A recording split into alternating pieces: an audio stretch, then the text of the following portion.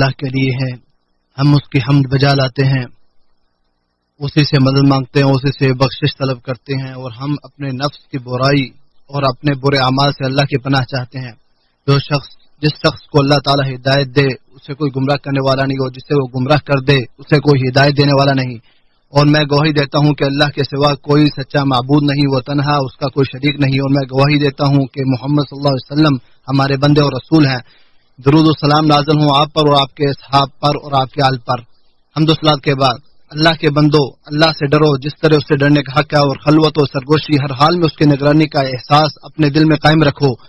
مسلمانوں، اللہ تعالیٰ نے دنیاوی زندگی کو بندوں کی ابتلا اور آزمائش کا مسکن بنایا ہے۔ بندے دائمی ٹھکانے تک پہنچنے کے لیے زندگی کے مراحل طے کرتے ہیں۔ چنانچہ یہ دنیا مطیع و فرما برداروں کے لیے کھیتی اور عبادت گزاروں کے لیے تجارتی منڈی ہے۔ ارشاد باری تعالیٰ ہے، جس نے موت اور حیات کو اس لیے پیدا کیا کہ تمہیں آزمائے کہ تم میں اچھے کام کون کرتا ہے، اور وہ غالب اور بخشنے والا ہے۔ پس جو اچھے کام کرے گا کامیاب ہو کر ثواب، اور جو برے کام کرے گا وہ عذاب کا مستحق ہوگا۔ اور اللہ تعالیٰ نے انسان و جنات کو صرف اپنی عبادت کی غرض سے پیدا کیا۔ اس نے خود بندوں کے اندر اور ان کے ارد گرد اپنی عبادت و بندگی کے بے شمار دلائل رکھ دیے ہیں۔ انبیاء کی بعثت فرمائی، آسمانی کتابوں کو نازل فرمایا، اور ان پر اپنی حجت قائم کر دی۔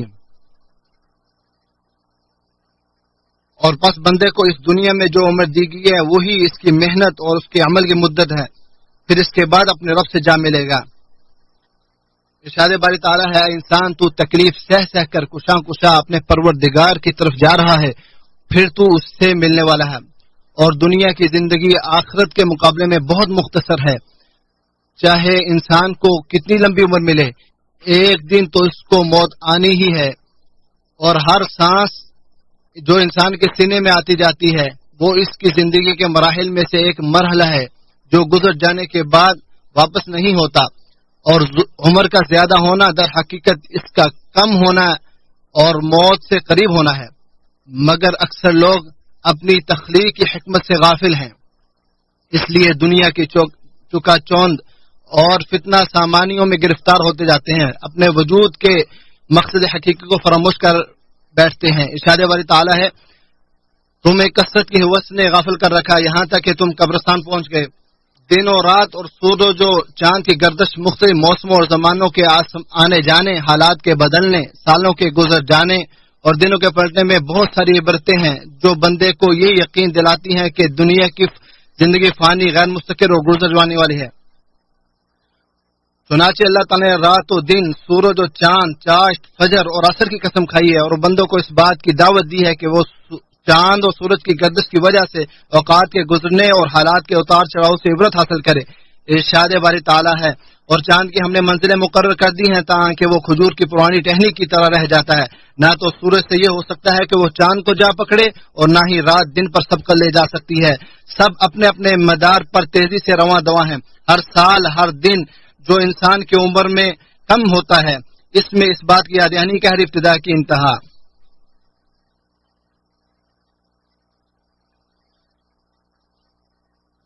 ہر سال بلکہ ہر دن جو انسان کی عمر میں سے کم ہوتا ہے، اس میں اس بات کی یاددہانی ہے کہ ہر ابتدا کی انتہا ہے۔ ہر چیز کی عمر لکھی ہوئی ہے، ہر آغاز و اختتام تک پہنچنا ہے۔ نئے سال کے سورج کا طلوع ہونا انسان کو اس بات کی یاد دلاتا ہے کہ اب بھی موقع میسر ہے۔ دانا و کامیاب وہ ہے جو اپنے عمل اور اپنی عمر کے نتائج و ثمرات کو اسی طرح شمار کرتا ہے جس طرح اپنی تجارت میں نفع نقصان کو شمار کرتا رہتا ہے، کیونکہ عمر ہی ہر مخلوق کا اکثر سرمایہ ہے اور اس کا سامان صحت و تندرستی ہے، مگر اکثر لوگ اس میں گھاٹے کا سودا کرتے ہیں۔ نبی صلی اللہ علیہ وسلم نے ارشاد فرمایا، دو نعمتیں ایسی ہیں جن میں اکثر لوگ خسارے اور گھاٹے میں رہیں گے، صحت اور فرصت، اس کو بخاری نے بیان کیا ہے۔ اور دنیا میں منافع کا حصول نیک اعمال کی انجام دہی اور موت کی مسلسل تیاری پر موقوف ہے۔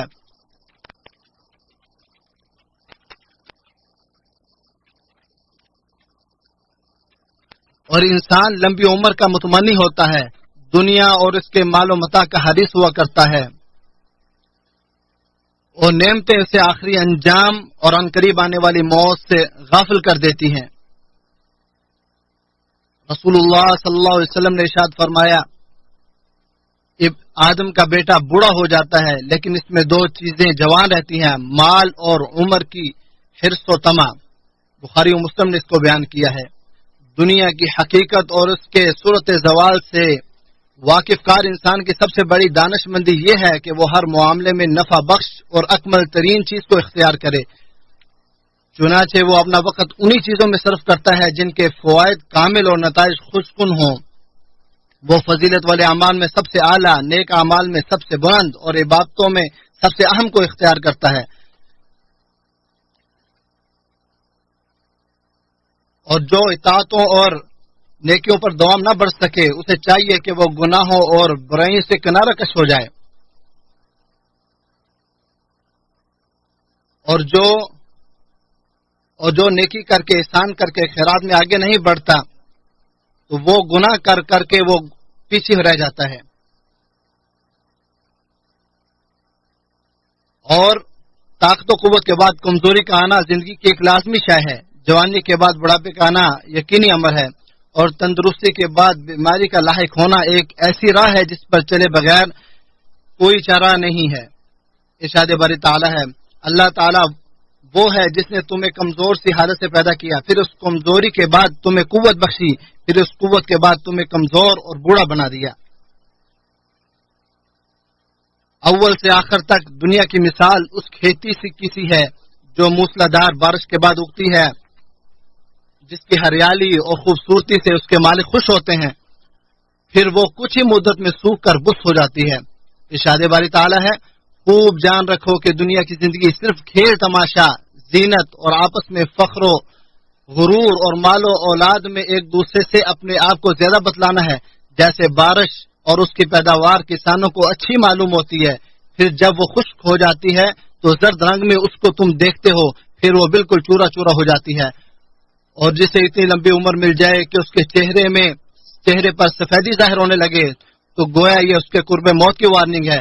ارشاد باری تعالیٰ ہے، کیا ہم نے تم کو اتنی لمبی عمر نہیں دی تھی کہ جس کو سمجھنا ہوتا وہ سمجھ سکتا اور تمہارے پاس جانے والا پہنچا تھا۔ بخاری رحم اللہ فرماتے ہیں کہ آیت میں نذیر سے مراد، ڈرانے والے سے مراد بڑھاپا ہے، اور اس امت کے لوگوں کی عمریں اوسطاً 60 اور 70 کے درمیان ہوں گی، اور جو 60 سال کی عمر پالے اس کی عذر لمبی مہلت کی وجہ سے ختم ہو گئی۔ نبی صلی اللہ علیہ وسلم نے فرمایا، اللہ تعالیٰ اس شخص کا عذر باقی نہیں رکھتا ہے جس کو 60 سال کی عمر تک مہلت دیتا ہے۔ اس کو بخاری نے بیان کیا ہے۔ نبی صلی اللہ علیہ وسلم نے زندگی اور قوت و شباب کو ضعیفی و پیروی سے پہلے اور مالداری کو فقر و فاقہ سے پہلے غنیمت جاننے کی ترغیب دی ہے، اور فرصت کے لمحات کو کام میں لانے کا حکم دیا ہے۔ نبی صلی اللہ علیہ وسلم نے ایک آدمی کو نصیحت کرتے ہوئے فرمایا، پہلے پانچ چیزوں کو غنیمت جانو، بڑھاپے سے پہلے جوانی کو، بیماری سے پہلے تندرستی کو، فقر و فاقہ سے پہلے بے نیازی اور خوشحالی کو، اور مصروفیت سے پہلے فرصت کو، اور موت سے پہلے زندگی کو۔ اس کو نسائی نے بیان کیا ہے۔ اور ان چیزوں کو غنیمت سمجھنے کا مطلب یہ ہے کہ بکثرت نیک عمل کریں، وقت کی حفاظت کریں، فضائل و معصوم کو اپنائیں، اور نیک کاموں کی طرف سبقت کریں۔ چنانچہ ایک بندے کی حالت یہ ہونی چاہیے کہ اس کا آج کا دن گزشتہ کل سے بہتر ہو، اور آئندہ کل کا دن آج سے بہتر ہو، اور جس بندے کے دونوں دنوں کے عمل برابر ہوں وہ دراصل دھوکے میں ہے۔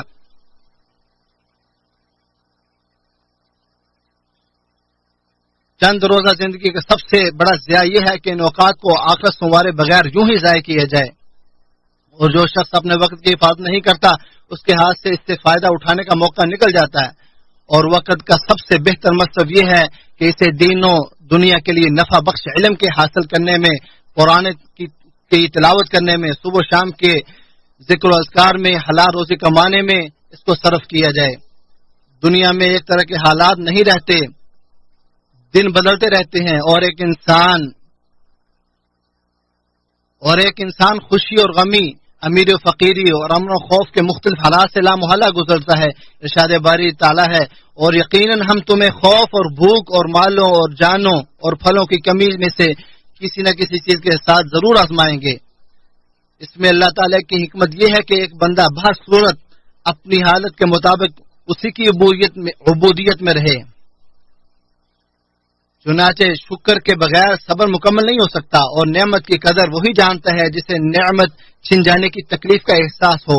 اللہ تعالیٰ سے کما حق وہی ڈرتا ہے جس کی تمام امیدیں اسی سے وابستہ ہیں، اور جو احسانات کے رک جانے کی شدت کو نہ جھیلا ہو وہ انعامات کی لذت کو نہیں جان سکتا. جو اس راز کو جان جائے گا وہ اللہ کی تقدیر اور بندوں کے متعلق اللہ کے افعال کو صحیح نظر سے دیکھے گا. چنانچہ جو بھی اونچ نیچ، تنگی و کشادگی، کمی و بیشی اور اچھائی اور برائی ہم دیکھتے ہیں، اس میں اللہ کی حد درجہ حکمت پنہا ہے. اور ہر صورت میں بندوں کا کسی خاص عبادت میں ہونا ضروری ہوتا ہے، اور اللہ کی تقدیر کو تقدیر سے ہی دور کیا جا سکتا ہے، اور دائمی شکر ہی خیر کے نزول کا سبب ہے. تقدیر کے سامنے سر تسلیم خم کرنا شریعت پر عمل کرنے کے منافع نہیں ہے. اور اس دنیا میں بندہ مختلف آزمائشوں میں گرا ہوا ہے. شیطان اسے وسوسے میں ڈالتا ہے، نفس ہمارا اسے برائی کو حکم دیتا ہے. لہذا توبہ و استغفار کو لازم پکڑے بغیر بندے کے لیے کوئی چارہ کار نہیں ہے. ارشاد باری تعالیٰ ہے، اے مسلمانوں تم سب کے سم اللہ کی جناب میں توبہ کرو تاکہ نجات پا جاؤ. توبہ عظیم عبادت ہے جسے اللہ اپنے بندوں سے اور اپنے بندوں کے لیے پسند فرماتا ہے. ارشاد باری تعالیٰ ہے، اللہ توبہ کرنے والوں کو اور پاک رہنے والوں کو پسند کرتا ہے. بندہ معصیت اور غفلت سے قریب ہوتا ہے. غلطی کرنا بشری تقاضوں میں سے ہے بلکہ نوشتہ تقدیر ہے. البتہ اس میں معیوب اور قابل ملامت امر یہ ہے کہ انسان توبہ سے اعراض کرے اور گناہوں پر اصرار کرتے رہے. اور جو کسی برائی کا اعتراض کر لے اسے چاہیے کہ بکثرت استغفار اور زیادہ سے زیادہ نیکیاں کرے، وہ برائی کو مٹا دیتے ہیں. ارشاد باری تعالیٰ ہے، یقیناً نیکیاں برائیوں کو دور کر دیتی ہیں. سچی توبہ پر زندگی خاتمہ توفیق الہی ہے اور باذن تعالیٰ ذریعہ نجات بھی ہے، کیونکہ جو شخص توبہ کرتا ہے اللہ اس کی توبہ قبول کر لیتا ہے، اور جس شخص کی توبہ اللہ تعالیٰ قبول کر لے گزرے گناہوں پر اس کا مواخذہ نہیں کرے گا، اور جو گناہوں کے بعد توبہ لکو لازم پکڑتا ہے اللہ تعالیٰ اسے قرب موت بھی توبہ کی توفیق عطا فرماتا ہے. ارشاد باری تعالیٰ ہے، اللہ تعالیٰ صرف انہی لوگوں کی توبہ قبول فرماتا ہے جو بوجہ نادانی کو برائی کر گزریں، جلد اس سے باز آ جائیں اور توبہ کریں تو اللہ تعالیٰ بھی اس کی توبہ قبول کرتا ہے. اللہ تعالیٰ بڑے علم والا حکمت والا ہے، بڑا علم والا حکمت والا ہے. نبی صلی اللہ علیہ وسلم نے فرمایا اللہ تعالیٰ بندے کی توبہ اس وقت تک قبول کرتا ہے جب تک اس پر غرغرہ کی کیفیت طاری نہ ہو. اور بڑی قابل ذکر بات یہ ہے کہ موت کو یاد کرنا اور اپنے اور پرایوں کی موت سے نصیحت حاصل کرنے، خصوصاً آج کے زمانے میں جب نئی نئی بیماریاں ظاہر ہو رہی ہیں اور یہ کے بعد دیگرے وبا کے ظہور نے لوگوں کو خوف زدہ کر رکھا ہے اور بہت سے لوگ ناگہانی موت کا شکار ہو رہے ہیں.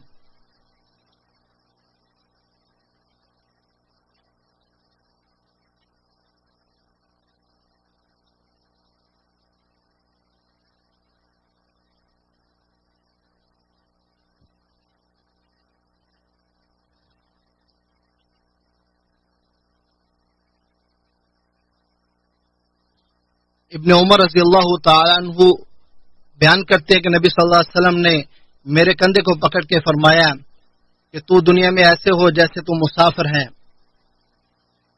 اور تو اجنبی بن کے رہ.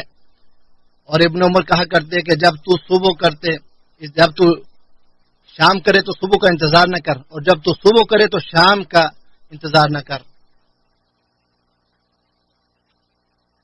اعوذ باللہ من الشیطان الرجیم.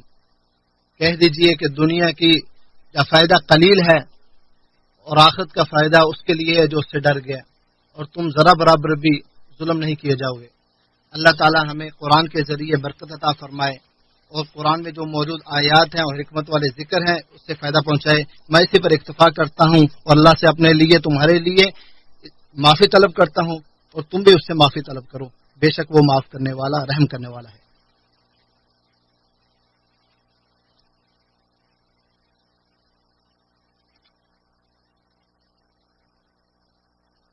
تمام تعریفیں اس کے لیے، اس کے احسان پر، اور تمام شکر اسی کے لیے ہیں، اس کی توفیق و نوازش پر. اور میں اس کی عظمت شان بیان کرتے ہوئے گواہی دیتا ہوں کہ اللہ کے علاوہ کوئی معبود نہیں ہے، وہ تنہا ہے، اس کا کوئی شریک نہیں ہے، اور میں گواہی دیتا ہوں کہ ہمارے نبی محمد صلی اللہ علیہ وسلم اس کے بندے اور رسول ہیں۔ بہت زیادہ درود سلام نازل ہوں آپ پر اور آپ کے آل پر اور آپ کے اصحاب پر۔ اے مسلمانوں، تم پر اللہ کا مہینہ محرم سایہ فگن ہونے والا ہے۔ اس مہینے کی نسبت اللہ تعالیٰ نے اپنی طرف کی ہے، کیونکہ اس کی حرمت اللہ تعالیٰ نے خود بیان کی ہے، اور اللہ تعالیٰ نے اپنی کتاب میں اس کی حرمت بیان کی ہے، جن میں گناہ اور نافرمانی کے ذریعے اپنے اوپر ظلم کرنے سے منع کیا۔ ارشاد باری تعالیٰ ہے، مہینوں کی گنتی اللہ کے نزدیک کتاب اللہ میں 12 کی ہے، اسی دن سے جب سے آسمان و زمین کو پیدا کیا۔ ان میں سے 4 حرمت والے مہینے ہیں، یہی درست دن ہے۔ تم ان مہینوں میں اپنی جانوں پر ظلم نہ کرو۔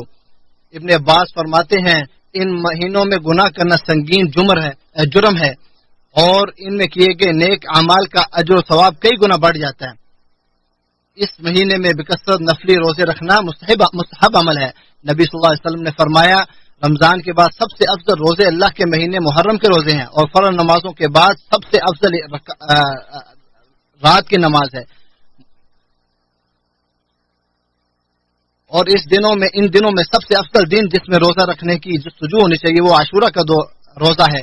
آپ صلی اللہ علیہ وسلم نے خود اس دن کا روزہ رکھا اور لوگوں کو بھی روزہ رکھنے کا حکم دیا۔ اور بہتر یہ ہے کہ عاشورہ کے ساتھ اس سے ایک دن پہلے کا بھی روزہ رکھا جائے، اس طرح 9 اور 10 2 دن کا روزہ رکھا جائے، کیونکہ نبی صلی اللہ علیہ وسلم نے ارشاد فرمایا، اگر آئندہ سال تک میں زندہ رہا تو ضرور 9 کا روزہ رکھوں گا۔ اور شریعت میں نئے سال کے آغاز کی نہ کوئی خوبی ہے اور نہ اس کی کوئی خاص فضیلت یا خصوصیت وارد ہوئی ہے، اور نہ اس کے لیے کوئی عبادت اللہ نے مقرر کی ہے، اس لیے جسمانی، مالی یا دیگر عبادتوں کو اس دن کے ساتھ خاص کرنا دین میں نئی ایجاد ہے۔ پھر اللہ تعالیٰ تمہیں حکم دیتا ہے نبی صلی اللہ علیہ وسلم پر درود و سلام پڑھنے پر۔ اللہ تعالیٰ خود اور اللہ کے فرشتے نبی صلی اللہ علیہ وسلم پر درود بھیجتے ہیں۔ اے اللہ تو درود و سلام و برکت نازل فرما ہمارے نبی محمد صلی اللہ علیہ وسلم پر اور خلفائے راشدین سے راضی ہو جا، جنہوں نے حق کے ساتھ فیصلہ کیا اور حق کے ساتھ انصاف کیا، ابو بکر، عمر، عثمان، علی رضی اللہ عنہم، اور تمام صحابہ سے راضی ہو جا، اور ہم سے بھی راضی ہو جا اپنے جود و کرم سے۔ اے اللہ تو اسلام اور مسلمانوں کو غلبہ عطا کر، شرک و اہل شرک کو ذلیل و رسوا کر، دین کے دشمنوں کو تباہ کر، اس ملک کو اور تمام اسلامی ممالک کو امن و امان کا گہوارہ بنا دے۔ اے اللہ تو ہمارے امام اور ولی عہد کو اپنی پسندیدہ اور رضا کے کاموں کی توفیق دے، اور انہیں تقوی اور نیکی کے کام پر لگا، اور ان کے ذریعے اسلام اور مسلمانوں کو فائدہ پہنچا، اور تمام مسلمانوں کے حکمرانوں کو ہدایت دے۔ اے اللہ ہم نے اپنے اوپر ظلم کیا ہے، اگر تو نے ہمیں معاف نہ کیا اور ہم پر رحم نہ کیا تو ہم وہ نقصان اٹھانے والے ہو جائیں گے۔ یا اللہ جو ہم سے پہلے گزر گئے ان کو معاف کر۔ اے اللہ کے بندو، اللہ تعالیٰ عدل کا، بھلائی کا اور قربت داروں کے ساتھ سلوک کرنے کا حکم دیتا ہے، اور بے حیائی کے کاموں، ناشائستہ حرکتوں اور ظلم و زیادتی سے روکتا ہے۔ وہ خود تمہیں نصیحت کر رہا ہے کہ تم نصیحت حاصل کرو، بس اللہ تعالیٰ کو یاد رکھو، وہ تمہیں یاد رکھے گا، اور اس کی نعمتوں پر اس کا شکریہ ادا کرو، وہ مزید سے نوازے گا، اور اللہ کا ذکر سب سے بڑی چیز ہے، جو کام تم کرتے ہو اللہ اسے جانتا ہے۔